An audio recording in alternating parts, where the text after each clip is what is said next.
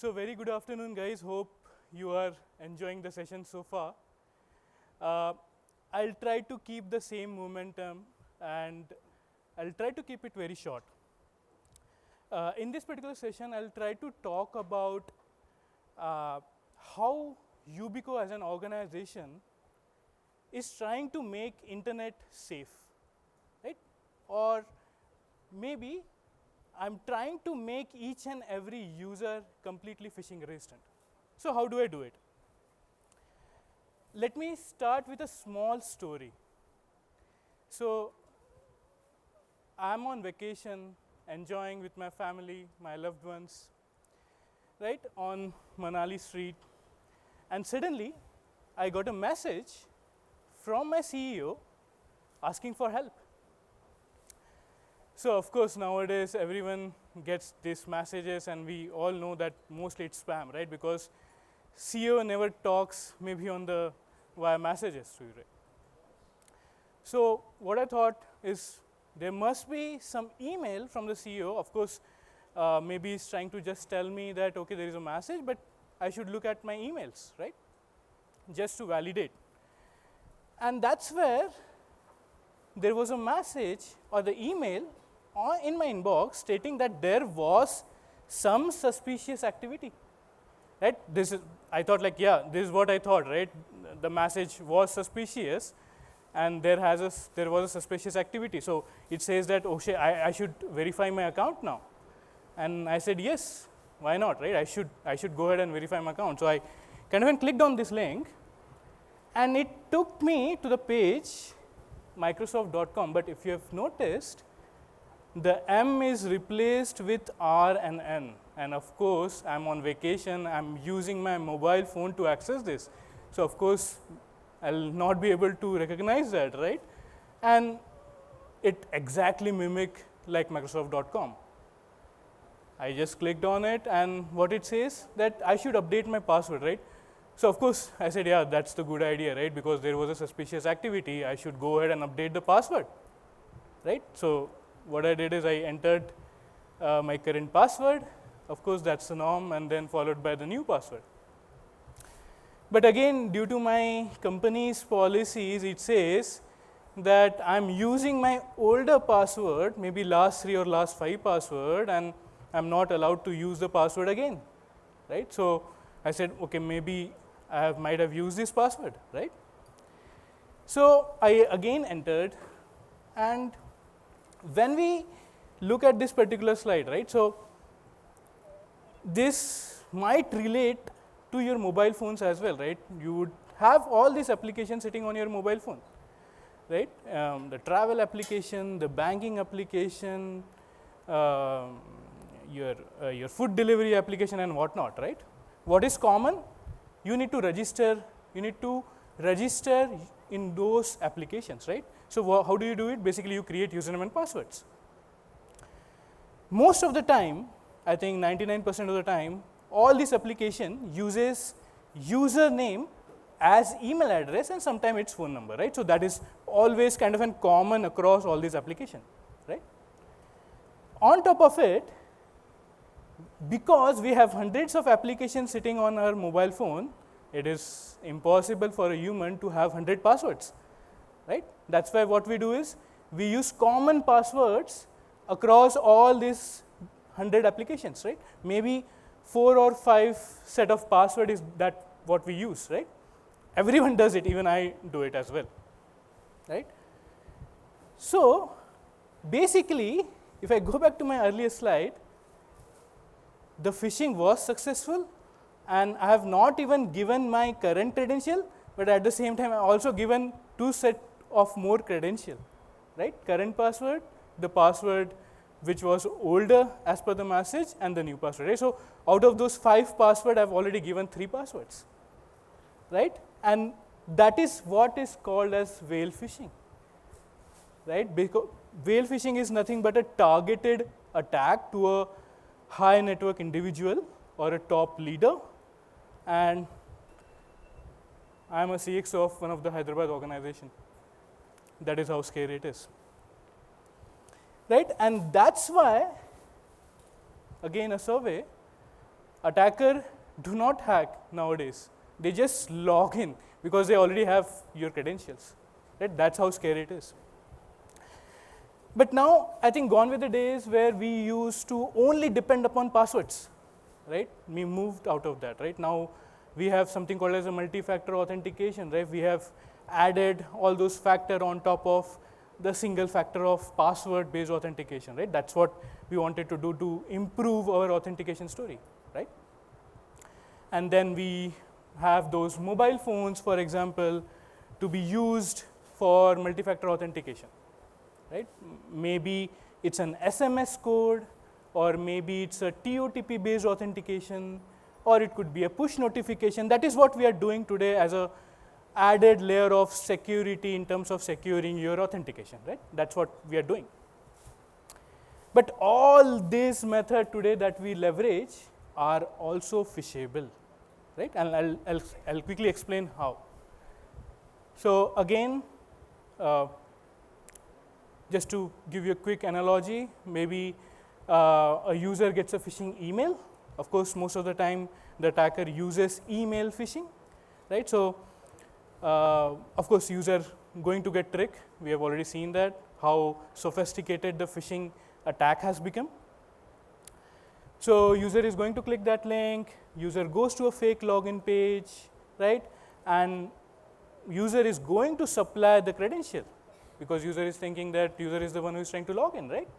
Now, attacker has those credentials. What attacker does here is, attacker logs into an actual real application using those credentials. But now you say that we have more or step up authentication in terms of multi-factor authentication, right? In terms of SMS, TOTP, push notification. But all these methods are phishable because user is still thinking that user is the one who is trying to log in. So, user knows on a daily basis, if I access this application, after I enter password, I have to enter the TOTP as a second factor. So, again user is going to put the same TOTP back in the fake login page, which will again be captured by an attacker, and attacker has now gained access to an application. Same goes with SMS as well.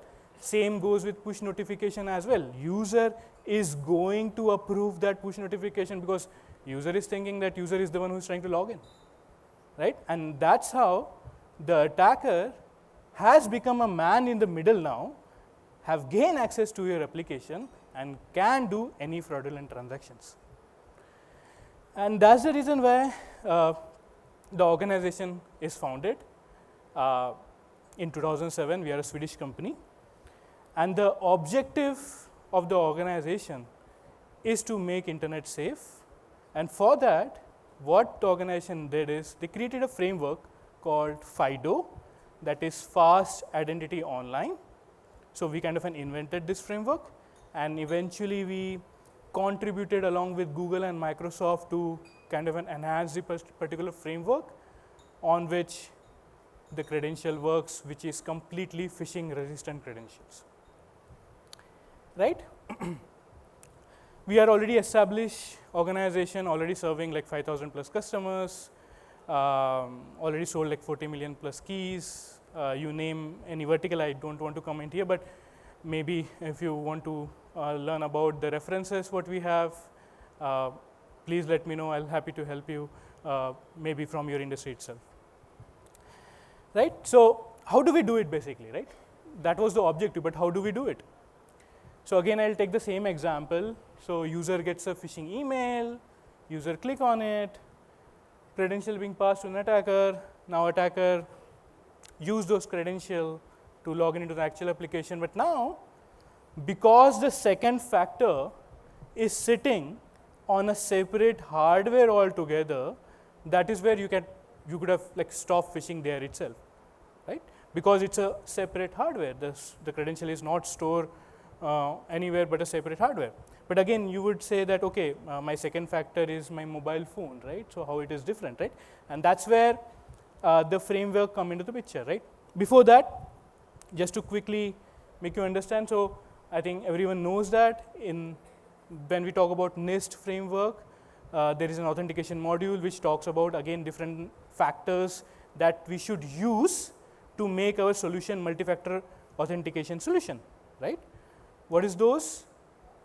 What you have, that is a position factor, what you know, which is a knowledge factor, and what you are is a biometric factor. So basically, I've used what you have, that is a position factor, to kind of stop phishing, right? But what do I do more? So from a framework perspective, basically, first, it leverages asymmetric key cryptography, right? It works on a public key cryptography. What is that? I think we had a great panel discussion around that, on that particular little bit topic. But basically, it leverages public and a private key pair at the time of registration, right? So basically, if I'm trying to register against an application, a public and a private key pair gets generated. Public keys to be given to the application, and the private key gets stored on the YubiKey, right? Now, how it is important? Basically, if I go back to my one of the slide which talks about using a common credential across multiple applications, right? It works on symmetric key cryptography, right? Basically, you have a shared secret which is shared between client and the server. If your secret is hacked, you can use those secret across all the other applications where you are using the same password, right? But here, because it leverages two keys, even if the database gets hacked, the attacker will only have access to the public keys, and still you need the private key in place as well to authenticate, right? So basically, you have taken away or prevented a common credential risk when we're using common credential in terms of passwords. Second, what it also does, the framework, what it also does is it actually binds the domain to the credential, right? So what does that mean? Basically, consider a scenario where I'm trying to register the YubiKey against google.com.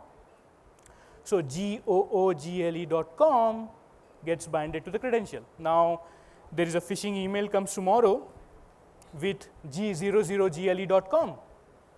Of course, maybe for the human eyes, it is very difficult to identify, and user went ahead and click on that particular link, right?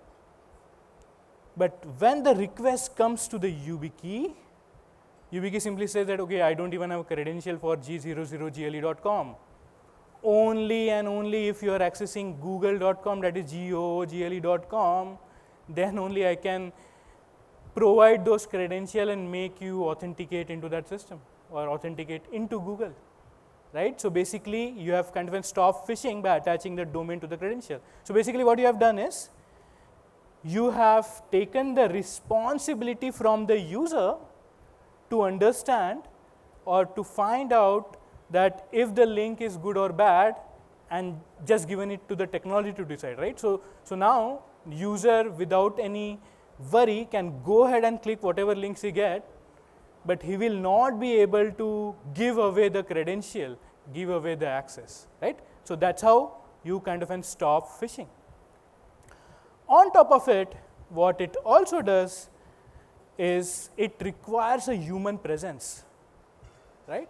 So each and every YubiKeys, which I'm trying to talk about, has a small gold-plated standard in the middle, which is nothing but a capacitive touch, which you have to literally touch it to make sure that there is a human who is trying to authenticate, right? Why it is required? Consider a scenario that maybe a bot or a malware or maybe a remote attacker who is trying to authenticate on behalf of you cannot provide the human touch, right? Bot cannot touch the YubiKey, and that's how you kind of stopped a remote access authentication attack. On top of it, what it also requires is a user verification, that you need to prove that you are the owner of the key and only you can authenticate into an application using that key. How do you verify? So we have different sets of keys.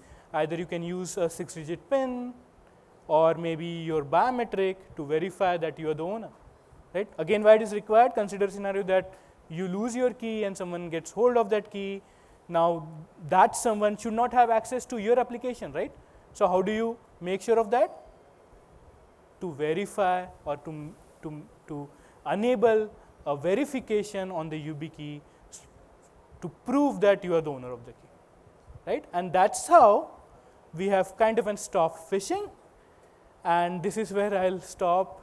I hope this gives you a glimpse of idea in terms of where we are with our authentication mechanism, what we have today, and where we should go to make sure that your authentication is completely secure. And just to add a last thing, that while we do that, while we make sure that we secure your authentication, but at the same time, we also make it a very good user experience by making it completely passwordless based authentication, right? So there would be no passwords. So whatever attacks which we are talking about in my first slide, there will be no such attacks, right? That is from my side. Thank you very much.